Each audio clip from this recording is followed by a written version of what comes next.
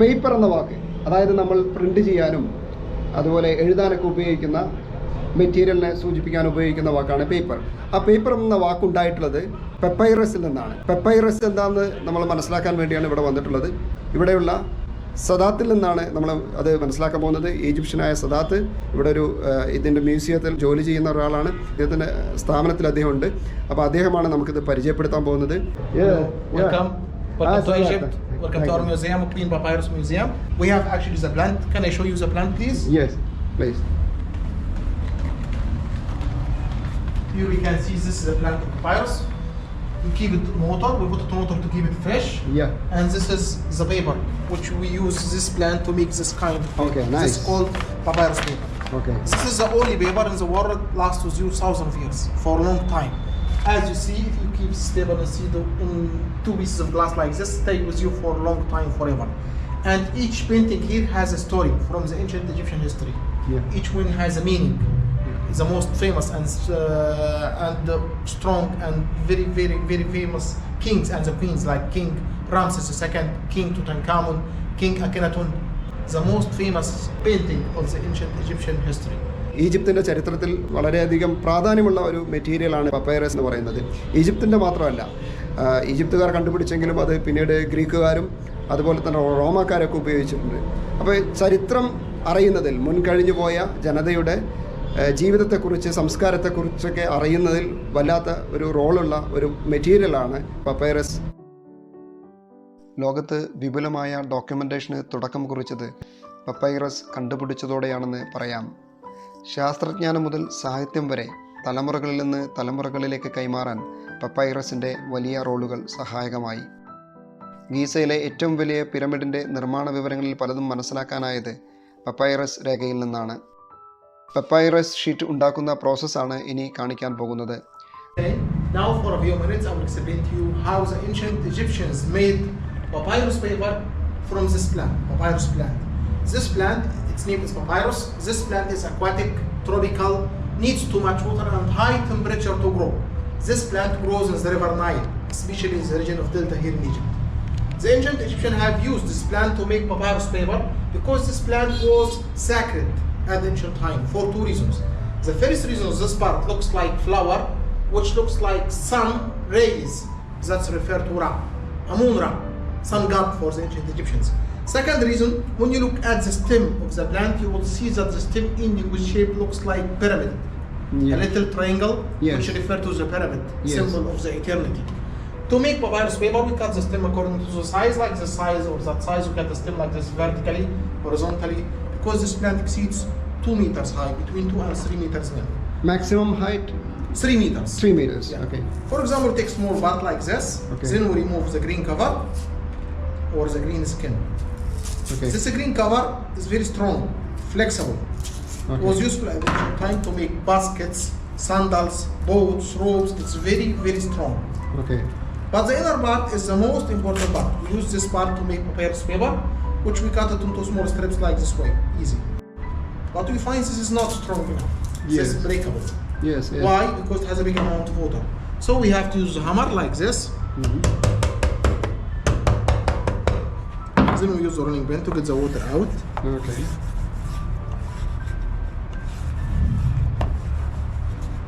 As you see the water coming out, and the strips now became flexible. Okay. After that, we put the strips in water, just normal water. Okay. 6 days. Okay. 6 days in water if you want to get this color, the light paper, after 6 days. Or 2 weeks if you want to get the dark paper. So longer in water, darker we get. White, this is dark. This is after 2 weeks, this is after 6 days. So which is best? The both has the same quality. Okay. But it depends on the taste, because some people like the dark. Oh, okay.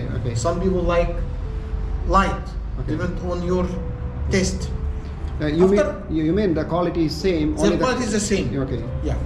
But the dark paper is more precious, because dark paper take strong, deep colors to be clear, like this. Yes. Simple color is clear. This is light paper. Okay. After that, we bring in 2 pieces of cotton or cards. Okay. 2 pieces of clothes. how to make the paper, the papyrus paper. We arrange all the strips like this way in manner horizontally, like this way, till we finish horizontally like this. We put the strips in manner vertically. 2 layers, horizontally and vertically. Till we finish horizontally and vertically, we put the cover, and also we use the rolling pin again to get the water out. And all together down, big press. We pressed strong down the press. 4 more days. As ancient times, they have used stones, rocks. So we need 4 days plus 6 days in water. All together are 10 days. This is papyrus paper. Yeah, you mean after 4 days it will be like this? 10 days, 4 days Yeah. plus 6 days in water. All together are 10 days to make this papyrus paper. You can see the horizontal and vertical strips seems clearly down. Exactly, yeah.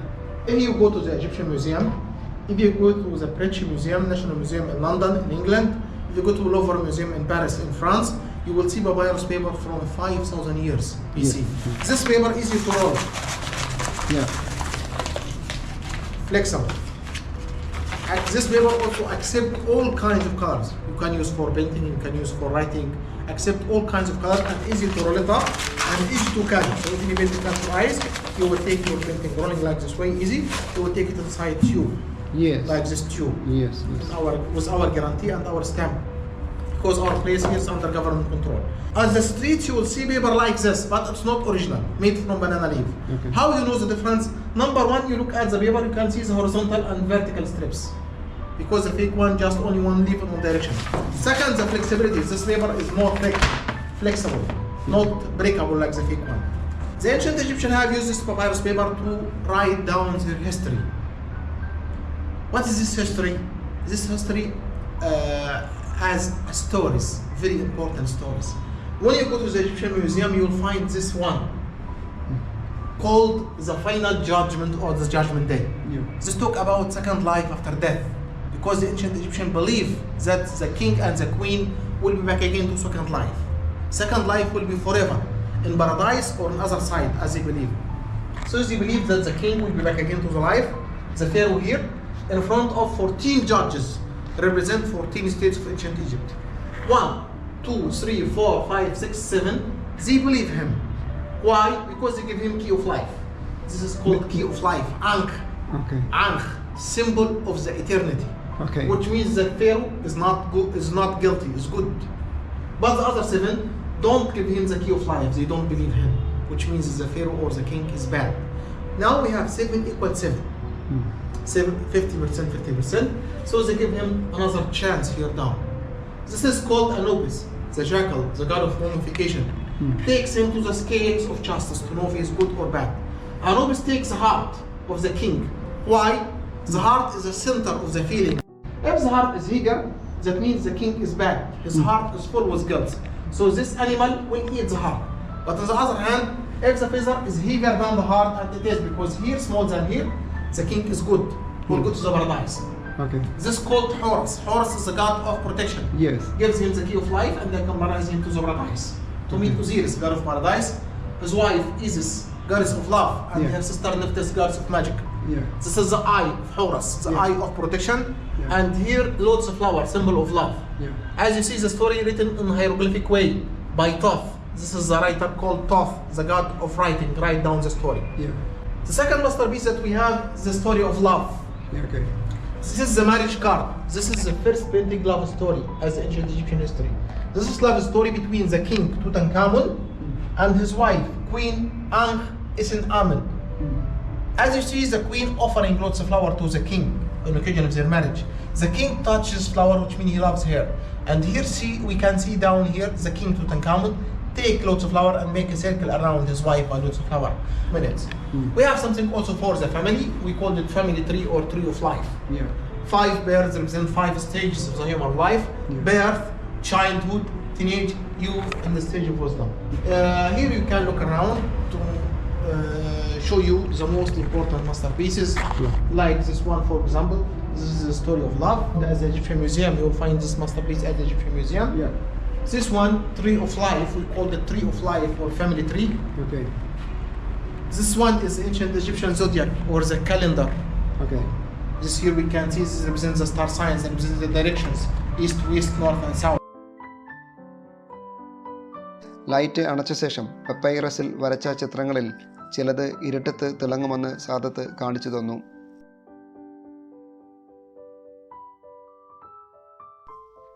പപ്പൈറസ് ഷീറ്റുകൾ കൂട്ടിയോജിപ്പിച്ച് 100 അടിയിലധികം നീളമുള്ള റോളുകളായി പ്രാചീന കാലത്ത് ഉപയോഗിച്ചിരുന്നു.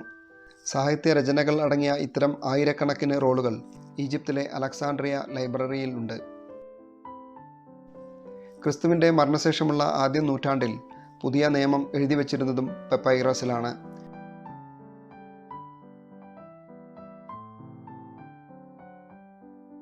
BC 3000 മുതൽ AD 11-ാം നൂറ്റാണ്ട് വരെ എഴുതാൻ ഉപയോഗിച്ചിരുന്നത് പപ്പൈറസ് തന്നെയായിരുന്നു. മൃഗത്തൊലി കൊണ്ടുള്ള പാച്ച്മെൻറ്റ് അഥവാ ചർമ്മപത്രം കണ്ടുപിടിക്കുന്നതോടെയാണ് പപ്പൈറസിൻ്റെ ഉപയോഗം കുറഞ്ഞത്.